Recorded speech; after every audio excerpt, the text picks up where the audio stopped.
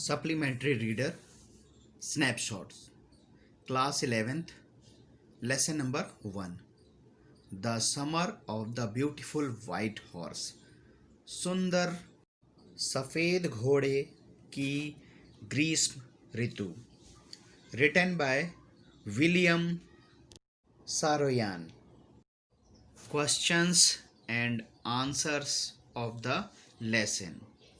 Question number 1. You will probably agree that this story does not have breathless adventure and exciting actions. Then, what, in your opinion, makes it interesting? आप शायद सहमत होंगे कि इस कहानी में बहुत साहसिक और उत्तेजनापूर्ण घटनाएं नहीं हैं। फिर आपकी राय में कहानी को क्या चीज़ रोचक बनाती है? Answer: the tale of the summer of the beautiful white horse is narrated by a 9-year-old boy Aram. The simplicity of the narrator, who is still untouched by the vice of the adult world, renders it interesting, more so as the narrator is in such an age when one soars into the world of imagination and loves to romanticize even the most insignificant events and occurrences that take place around. To such a person, life is nothing but a delightful experience of mysterious dreams. As his ride upon the beautiful white horse is his dreams fulfilled, he had often yearned for such a ride. For a child at his age, riding a stolen horse was nothing less than an adventure. इस कहानी को बताने वाले 9 वर्षीय बालक आरम हैं। दुनिया के कपटों से दूर इस बालक की सादगी इस कथा को और रोचकता प्रदान करती है। कथावाचक अपनी उम्र के ऐसे पड़ाव में है जहां व्यक्ति कल्पनाओं की दुनिया में जीता है, जहां उसे तुच्छ से तुच्छ घटनाओं में भी रोमांस की अनुभूति होती है। ऐसे इंसान के लिए जीवन और कुछ नहीं वरन रहस्यमयी सपनों की सुखद अनुभूति ही है। जिस प्रकार सफ़ेद घोड़े पर उनकी सवारी और कुछ नहीं एक सुंदर स्वप्न की परिपूर्णता है, एक ऐसा सपना जिसके लिए वे सदैव तड़पते थे, उसकी सार्थकता उनके लिए एक साहसिक कार्य से कम कुछ नहीं थी। Another interesting factor about the story is its insight into a child's psychology. For Aram, stealing a horse for a ride was not actually stealing. Both he and his cousin Murad were conscious of their family pride that they would never steal nor take undue advantage from anybody in the world. Though they enjoyed the thrilling horse rides, they intended to return the horse to its actual owner. इस कहानी की रोचकता का दूसरा पहलू बाल मनोविज्ञान पर अंतर्दृष्ट है। बालक आरम के लिए घुड़सवारी के लिए घोड़ा चुराना कोई चोरी नहीं। वे और उनके चचेरे भाई मुराद अपने पारिवारिक रीति के प्रति सचेत थे कि वे अपने फ़ायदे के लिए चोरी कभी नहीं करेंगे।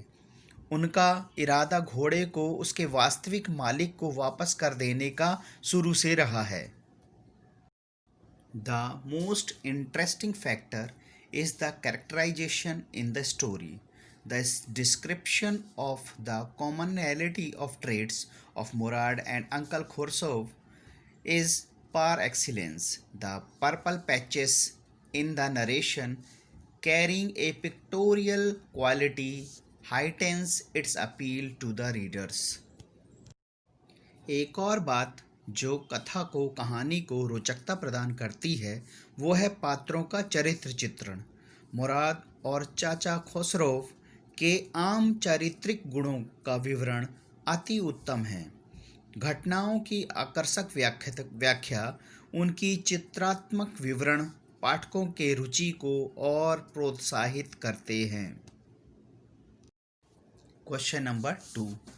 Did the boy return the horse because they were consistent stricken or because they were of afraid?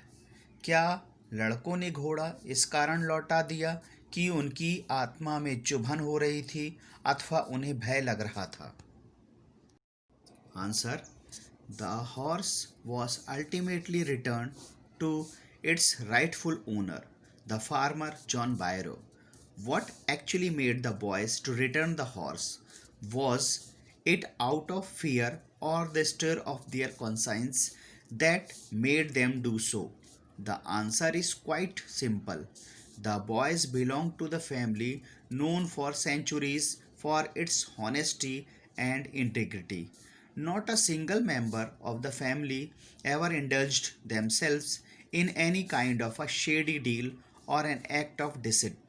So far as Aram and Murad were concerned, they would not dare to blur the family's hard-earned reputation. The pangs of conscience pricked them due to the fear of the losing their family's pride, and they overcome their childish prank and decided to return the horse to its owner.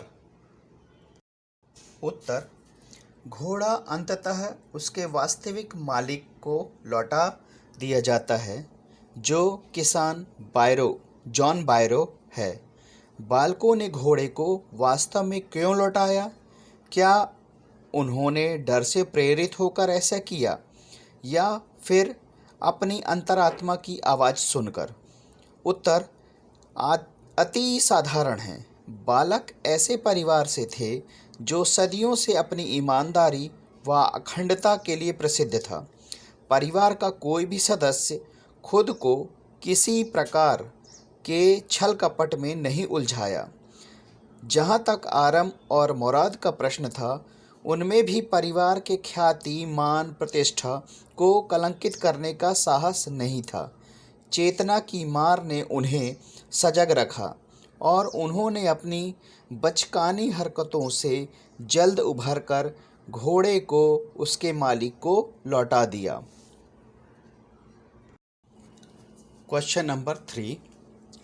One day back, there in the good old days, when I was 9 and the works was full of every imaginable kind of magnificence and life was still a delightful and mysterious dream. The story begins in a mood of nostalgia. Can you narrate some incident from your childhood that might make an interesting story? अच्छे और पुराने दिनों में से एक दिन, जब मैं 9 वर्ष का था और यह दुनिया हर प्रकार की काल्पनिक और शान से भरपूर लगती थी और जीवन अब भी रहस्यमय सपना था। Answer: Nostalgia is a feeling of sadness mixed with joy and affection. This feeling comes to us when we think of happy times in the past.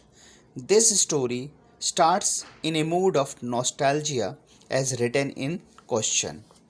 When I was in my childhood, I remember those old happy days. I was just a boy of 11 years old and my family was very poor. We are living in the village in those days, but the most important thing was that we were proud of our family. We were known for our integrity and honesty. I was very happy that I belonged to a such family. उत्तर: घटनाओं की यादें, खुशी के साथ दुख का मिश्रण और प्यार का एहसास होता है। यह एहसास हमारे अंतर तब आता है जब हम अपनी भूतकाल की इस प्रकार की बातों को याद करते हैं। यह कहानी भी इसी तरह से शुरू होती है जैसे कि ऊपर प्रश्न में लिखा है। मैं जब अपने बचपन में था, मुझे वो पुराने अच्छे दिन याद आते हैं। मैं 11 वर्ष का था और मेरा परिवार काफ़ी गरीब था। हम लोग उन दिनों गांव में रहते थे, लेकिन सबसे महत्वपूर्ण बात यह थी कि हम लोग अपने परिवार पर बहुत गर्व करते थे।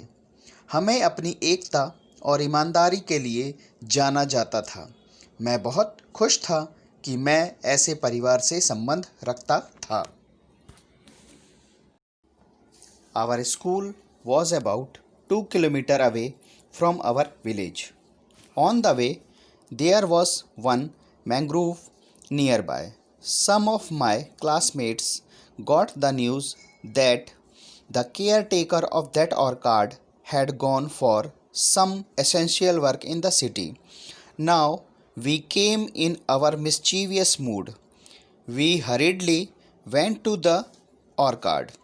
I was very tempted to taste the juicy mangoes. I thought plucking mangoes for eating was not the same thing as stealing them. After all, I suddenly the pangs of conscience came in existence. I feared that it would bring a bad name to my family. I overcome my temptation. In the evening, I went to the owner of the orchard and paid the relevant amount for the mangoes. हमारे गांव से हमारा school लगभग 2 kilometre दूर था। सड़क के किनारे ही पास में एक आम की बगिया थी। मेरी कक्षा के कुछ मित्रों को पता चल गया कि उस बगिया का जो रखवाला था वह अचानक आवश्यक कार्य से शहर गया हुआ था।